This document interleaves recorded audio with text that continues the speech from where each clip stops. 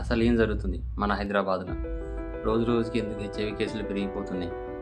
ముఖ్యంగా మన హైదరాబాద్లో ఉన్న హైటెక్ సిటీ, కుక్కట్పల్లి, కేపీహెచ్పి కాలనీ అంటే ఈ ఏరియాలో ఎందుకు పెరుగుతున్నాయి హెచ్ఐవి కేసులు అనేది? ఎప్పుడు లేనంత దారుణంగా ఈ సంవత్సరం ఎందుకు పెరుగుతుంది? అవి ముఖ్యంగా అందులోనూ అక్కడ సాఫ్ట్వేర్ ఎంప్లాయీస్కి ఎందుకు హెచ్ఐవి అనేది పెరుగుతుంది? రోజు రోజుకి అసలు అక్కడ ఏం జరుగుతుంది? ఏదైనా మాఫియానా? కొత్తగా ఇంకేదైనా వైరస్ సోకబోతుందా? Hello YouTube family, welcome to my channel. This is Vamsi.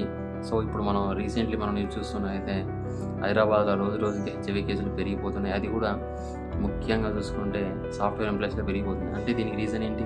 మన దగ్గర ముఖ్యంగా మన హైదరాబాద్లో వెస్ట్రన్ కల్చర్ అనేది చాలా దారుణంగా పెరిగిపోతుంది. ఇది ఇంకొన్ని రోజులలో ఇంకా పెరిగే అవకాశమే ఉంటుంది తప్ప ఇంకా తగ్గట్లేదు. ఇప్పుడు రీసెంట్లీ ఏంటంటే సాఫ్ట్వేర్ ఎంప్లాయీస్లలో ఎఫ్ఐఆర్లు చాలా పెరిగిపోతున్నాయి.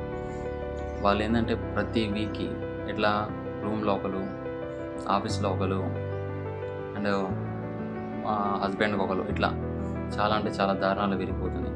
అసలు వీటి వెనక అసలు రీజన్ ఏంటి అంటే ఒకటే, వాళ్ళకి రోజు రోజుకి కామం అనేది పెరిగిపోతుంది. వాళ్ళు కంట్రోల్ చేసుకోలేకపోతున్నారు. అండ్ దీనివల్ల వాళ్ళు ఒక్కలే కాదు కదా ఎఫెక్ట్ అయ్యేది, వాళ్ళ ఫ్యామిలీ మెంబర్స్ ఎఫెక్ట్ అవుతున్నారు, వాళ్ళ రిలేటివ్స్ ఎఫెక్ట్ అవుతున్నారు.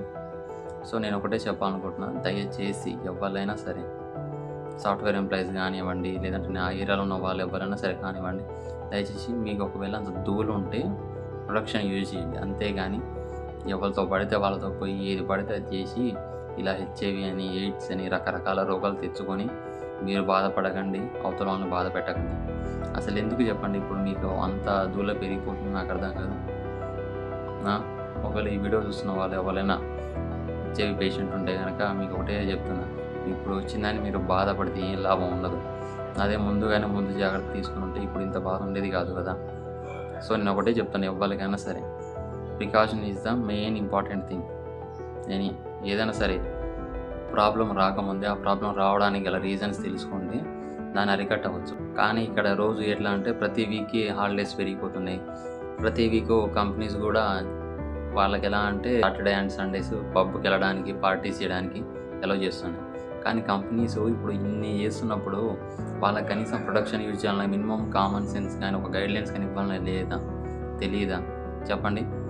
ఇది ఇలా రోజు రోజుకి పెరిగిపోతుంటే రేపటి రోజున మన తెలంగాణలో హెచ్ఐవి కేసులు పెరిగిపోతే ఎలా ఉంటుంది చెప్పండి? సో నేనేం చెప్తాను అనుకున్నా అంటే ఇప్పటి నుంచైనా కొన్ని జాగ్రత్తల ద్వారా మనం హెచ్ఐవిని అరికట్టవచ్చు. So thank you so much అండి.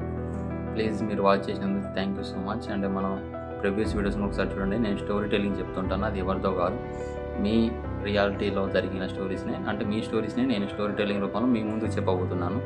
Thank you so much.